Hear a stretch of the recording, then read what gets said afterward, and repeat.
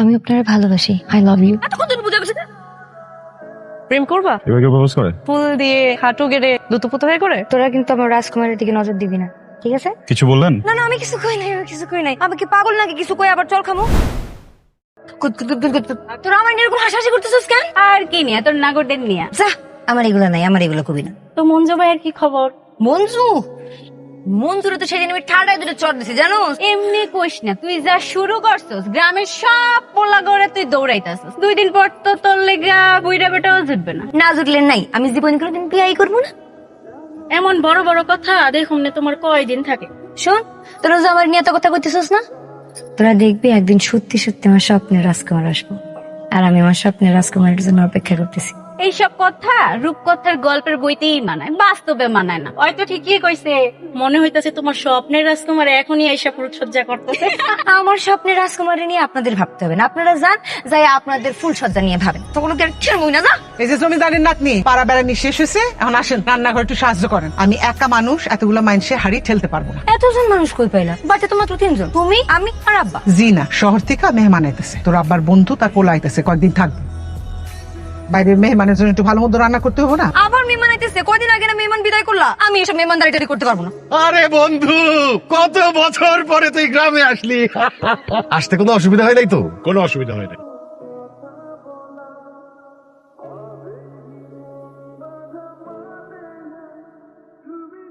আরে বাবাজি, আসো আসো আসো, কত বড় হয়ে গেছে।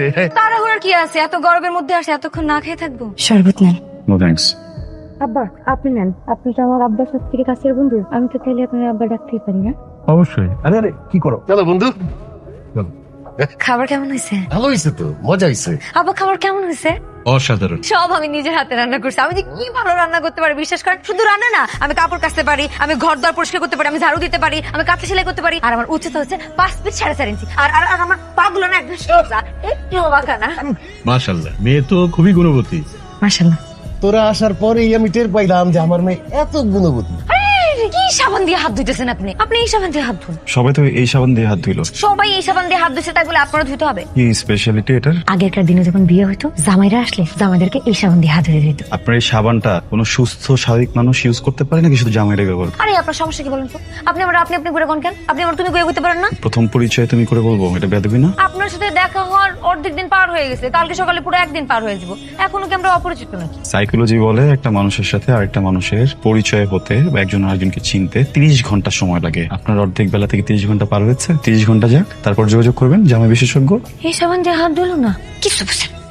আর এই ফসলের সময় ক্ষেতের মধ্যে পোকা হয়, কখনো কখনো চিটা ধরে যায়, এই সব নানান ঝামেলায় থাকি। আঙ্কেল, হ্যাঁ। যদি আপনি পারমিশন দেন, আপনাদেরকে কিছু টেকনিক শিখিয়ে দিতে পারি, পাশাপাশি কিছু কীটনাশকের নামও সাজেস্ট করতে পারি যেগুলো আসলে পরিবেশের জন্য কম ক্ষতিকারক, and আপনার ফসলও ভালো হবে। বাবা, তুমি শহরে থাকো, তুমি কৃষিকাজের কি বুঝবা? আরে ও তো পড়াশোনা করেছে এগ্রিকালচারে, ও না বুঝলে কে বুঝবে? তোর চেয়ে ভালো বুঝবে। তাই নাকি? হ্যাঁ। এই যে ক্ষেত খামারে যারা কাজ করে, তারা সকাল থেকে সন্ধ্যা পর্যন্ত নন স্টপ কাজ করে, রোদ্রে পুড়ে বৃষ্টিতে ভিজে। তাদের যে অভিজ্ঞতা, সেই অভিজ্ঞতা তুমি এসি রুমে বসে তো পাবা না। এসি রুমের নীতিমালা প্রণয়ন করা যায়, কিন্তু প্র্যাকটিক্যাল কাজ তো সেটা হবে না বাবা। জি আঙ্কেল, আমাদের ইউনিভার্সিটি অ্যাসাইনমেন্টের জন্য আমাদেরকে প্রায় সময় জমিতেই কাজ করতে হয়েছে। হ্যাঁ, এই বিষয়গুলো সম্পর্কে আমি অলরেডি অবগত। আর আমার ইচ্ছাও ছিল আঙ্কেল আমি বাইরে গিয়ে পড়বো, আরো কিছু ভালো ভালো টেকনিক শিখবো, এসে আমার দেশে সেগুলো প্র্যাকটিস করবো। আনফরচুনেটলি আমার বাইরে যাওয়া হয়নি, কিন্তু তারপরও আই ক্যান হেল্প ইউ। ঠিক আছে, আমার উপরে বিশ্বাস রাখলাম। কি সবকিছু কত সুন্দর, তাই না? জানেন যে আমার বিয়ে করবো, এগুলো সব তার হইবে। কি করতেছ?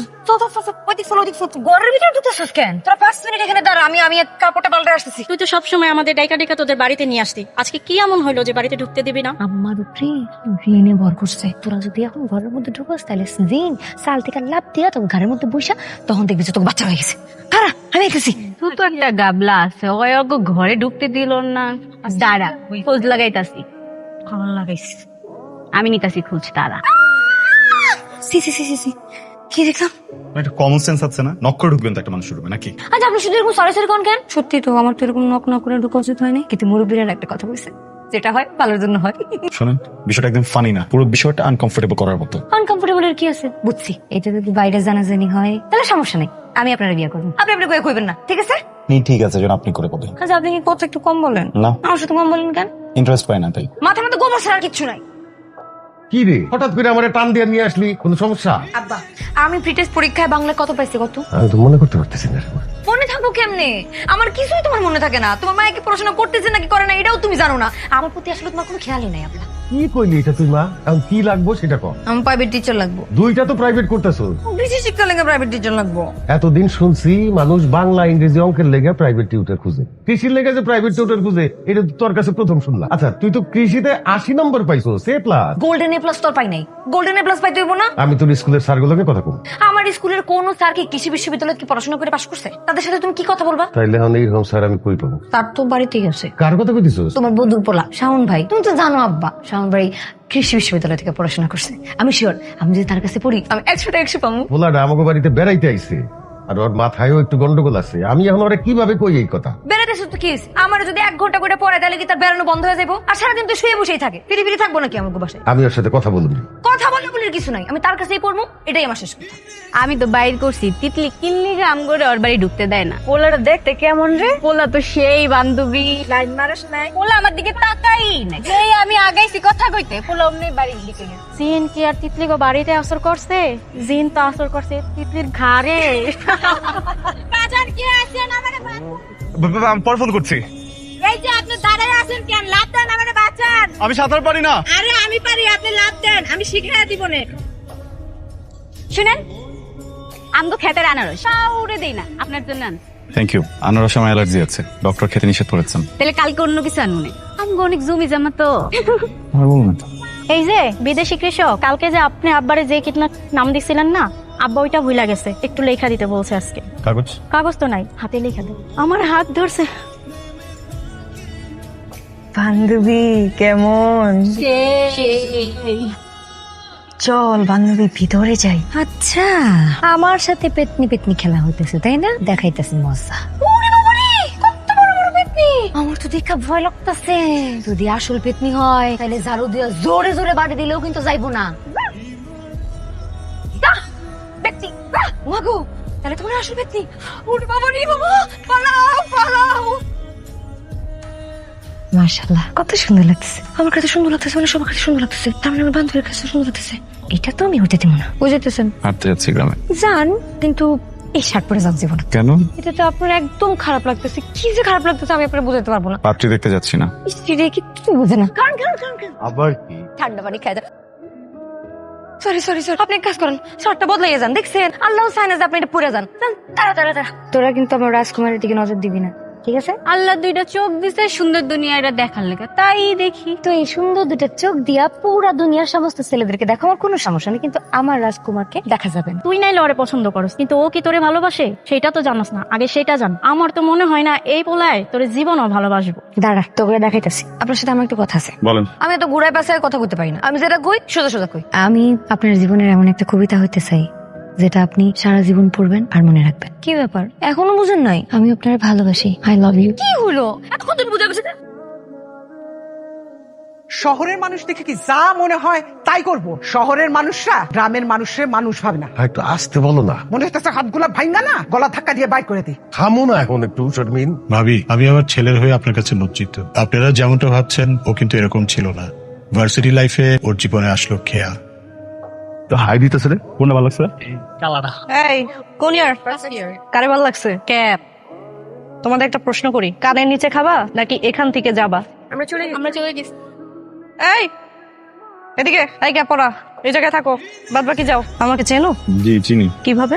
আপনি ফাইনাল ইয়ারে পড়েন, আমাদের সিনিয়র আপু। ফাইনাল ইয়ারে পড়ি সেটা ঠিক আছে, বাট যে সিনিয়র এটা ভুল। প্রেম করবা এবার কেউ প্রপোজ করে? তো কিভাবে করে? ফুল দিয়ে, হাঁটু গেড়ে, দুতুপুতো হয়ে করে? আমার কেমন যেন মনে হচ্ছে আপনি আমাকে র্যাক দেওয়ার ধান্দায় আছেন। র্যাক দিলে ইটস ওকে, কিন্তু আপনি যদি সিরিয়াসলি আমাকে প্রপোজ করেন তাহলে খুব ভজ্জা হইতেছে, আমার একদমই জমতেছে না, বুঝছেন? প্রেমটা না জন্মগত একটা খ্যাত বিষয়। ফোন আপডেট হয়ে যায়, মানুষ আপডেট হয়ে যায়, মানুষের লুকস আপডেট হয়ে যায়, হ্যাঁ সফটওয়্যার আপডেট হয়ে যায়, প্রেম আপডেট হয় না। একদম শুরুতে প্রেম যেরকম ছিল, প্রেম এখনো সেরকম, ওই হাঁটু গেড়ে বসে লুতুপুতু করে বলা আই লাভ ইউ, ওইটাই। হ্যাঁ, তো এটা চেঞ্জ করলে না প্রেমের আসলে ভিত্তি থাকে না। খ্যাত প্রেমই ভালো। দেখো ছেলে, শুনেছি তুমি অনেক বই টই পড়ো, শিল্প চর্চাও করো, মানে তোমার ভাষাতেই তোমাকে বুঝিয়ে বলি। আমি এমন একটা কবিতা হতে চাই যে কবিতাটা তোমার কাছে অনেক প্রিয়, তুমি সেটা সারা জীবন ধরে পাঠ করবে। বুঝিয়ে দিচ্ছি, আই লাভ ইউ। তোমার হাত সবকিছু ঠিক মতো চলছিল, তারপরে হঠাৎ করে সবকিছু বদলে গেল। খেয়া যেন কেমন হয়ে গেল। শাওন, আমি গ্রাজুয়েশন শেষ করছি, একটা ভালো ফার্মে জব করতেছি। গুড। দেশের বাইরে যেয়ে কেন পড়াশোনা করতে হবে? দেশেও তো করা যায়, তাই না? অবশ্যই দেশে পড়াশোনা করা যায়। তাহলে তুমি আমাকে রেখে কেন চলে যাচ্ছ? আমার কিছু হয়ে গেলেও কি তোমার হয়ে থাকবে না? আমার না এসব ভালো লাগতেছে না, বুঝছো? আর তুমি না প্রয়োজনে অপ্রয়োজনে প্রত্যেকটা কাজে আমাকে থ্রেট করো। কথা কথা মরে যাবা, কথা কথা মরে যাবা, কথা তোমাকে হারাই ফেললে। ওই এইভাবে তো একটা সম্পর্ক চলে। এতদিন পর্যন্ত সিলি সিলি বিষয় নিয়ে করছো, আমি কিছু বলি নাই। অনেক কিছুতে মেজাজ খারাপ হয়েছে, অনেক কিছুতে আমার অনেক সমস্যা হয়েছে, তো আমি কখনো কিছু বলি নাই। আমি সবসময় তোমার কথাটা রাখছি, তোমার মন রাখছি। আমার ড্রিম নিয়ে কথা বলতেছো তুমি, এখানে তুমি আমাকে থ্রেট দিচ্ছ। আমি আমার ক্যারিয়ার কারোর জন্য কম্প্রোমাইজ করবো? তুমি আমাকে যতই থ্রেট দাও, এই থ্রেট এবার আমি মানবো না। আমার গোল, আমার ক্যারিয়ার, আমার ড্রিম, আমি কারোর জন্য কম্প্রোমাইজ করবো না। তুমি দেশেই স্টাডি করবা। আমি আমার ক্যারিয়ার কারোর জন্য কম্প্রোমাইজ করবো? নিজের স্বপ্ন বাচ্চাতে আমার যদি রিগ্রেট করতে হয়, আমি 1000 বার রিগ্রেট করতে রাজি আছি। মেয়েটা সুইসাইড করে। তারপর থেকে শাওন এই প্রেম ভালোবাসা সব নিতে পারতো না। কেয়া যেভাবে ওকে প্রপোজ করেছিল, তিতলি ঠিক একইভাবেই ওর সাথে যখন কথা বলতে গেল, ওইটা নিতে পারে নাই। ভাইজান আমারে মাফ করে দেন। আমি আল্লাহর কাছে দোয়া করি বাবা জিসেন অনেক তাড়াতাড়ি সুস্থ হয়ে যায়। আপনি তো শাওনের মায়ের মতো, মা তো ছেলেকে বকতেই পারে, তাই না? কই যাচ্ছেন? ঢাকা। কেন? আপনি জানেন কেন যাচ্ছি? আমি একটা দোষ করছি, আপনি শাস্তি হিসেবে আমাকে একটা থাপ্পড় দিচ্ছেন। আমার থাপ্পড় দিয়া আপনি নিজেও একটা দোষ করছেন। আমার সাথে তো আমি বাইক গেছি, আপনার সাথে তো আপনি এখনো পান নাই। আর শুনেন একটা কথা, তখন যে একটা কথা বলছিলাম না আপনারে, এটা কিন্তু সত্য না। আমি আপনার কোনো পছন্দ করি না, ভালোবাসি। এই আপনি ঢাকার থেকে আসছেন না, সত্যি কথা যেটা, আপনি তো আবার দেখতে একটু লম্বা চড়া সুন্দরও আছেন। আমার বান্ধবীরা আপনারা দেখে একটা বাজি ধরছিল, বলছিল যে কে আগে আপনারা পটাতে পারে। এই জন্যই আপনার আমি ওই কথাগুলো কইছিলাম। কিন্তু আপনি তো আমাকে কষে একটা থাপ্পড় দিয়েছেন। আপনি কিন্তু কাজটা একদম ঠিক করেন না। Titli, I really sorry. আমার একদম ইন্টেনশন ছিল না আপনার গায়ে হাত দেওয়া। পাস্ট লাইফ ট্রমা গুলো এমন ভাবে আঁকড়ে ধরেছে আমাকে, মাফ করে দেন প্লিজ। যেই জোরে থাপ্পড় দিয়েছেন আমার এখন তোমার ব্যথা করতেছে, একদম পুরো এরকম বাঁকা হয়ে। 2টা ওষুধ খাইছে, এখনো ব্যথা কমে না। শাস্তি তো আপনার পাইতেই হইব। কি শাস্তি দিবেন? চড় দিবেন আমাকে? আমি আপনার সর দেবো না? না না, আমি আপনার সর দেবো, আমি আপনার অন্য শাস্তি দিব। কি শাস্তি? আপনার প্রথম শাস্তি, আপনি ঢাকা যেতে পারবেন না। এখানকার কৃষকের আপনার অনেক দরকার। আর দ্বিতীয় শাস্তি, মুখটা এরকম গোমরা করে রাখতে পারবেন না, বড় করে একটা হাসি দিবেন। 3 নম্বর শাস্তি হলো গিয়া প্রত্যেকদিন আমার 1 ঘন্টা করে ঘুমিয়ে ঘুরতে হইব। আমি যে আপনার ভালোবাসার কথা বলছি, এটা কিন্তু একদম সত্য না, এটা কিন্তু বাজে ছিল, বুঝতে পারছেন? এগুলো নিয়ে কিন্তু হাসাহাসি করা যাবে না, ঠিক আছে? তো দাঁড়াইছেন কেন? যান, বাড়তে যান। তোমারে মিথ্যা বলছি রাজকুমার, আমার ব্যথাটা আসলে আমার গালে না, বুকের বাঁ পাশে সিনসিনা একটা ব্যথা। তোমারে নিজের করে না পাওয়া পর্যন্ত পৃথিবীর কোনো ওষুধেই ব্যথা সারবো না। কিছু বললেন? না না, আমি কিছু কই নাই, আমি কিছু কই নাই। আমি কি পাগল নাকি কিছু কই আবার চল খামু?